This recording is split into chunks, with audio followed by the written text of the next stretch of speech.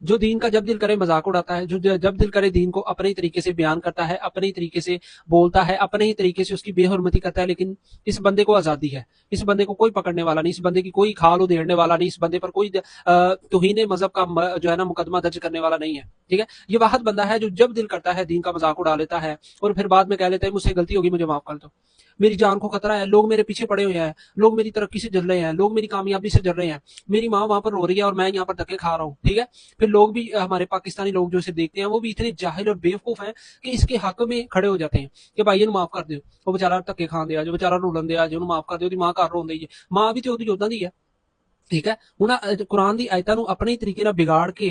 بول رہا وا، انہاں نو بیان کر رہا، ہوں تسی کی کہو گے کہ معصوم آ کہ سیدھا سادہ وا، ٹھیک ہے۔ کیوں اے دے خلاف اسی آواز نہ اٹھائیے، ٹھیک ہے، کیوں اسی اینو اگنور کرتے رہیے، اے ساڈے دین دا ادے مذاق اڑاندا رہے اور اسی کہیے یار اے معصوم آ، یار دی ماں گھر ہوندی آ، اینو معاف کر دیو، اے بیچارہ غلطی کر لیندا ہے، غلطی نہیں ہے جان بوجھ کے کردا، یہ جان بوجھ کے کردا ہے، پتہ پاکستان دے جو لوگ ہیں نا وہ جاہل ہے، انہوں نے مینوں پھر بھی دیکھنا وا، مینوں پھر بھی لائک کرنا، مینوں پھر بھی فالو کرنا۔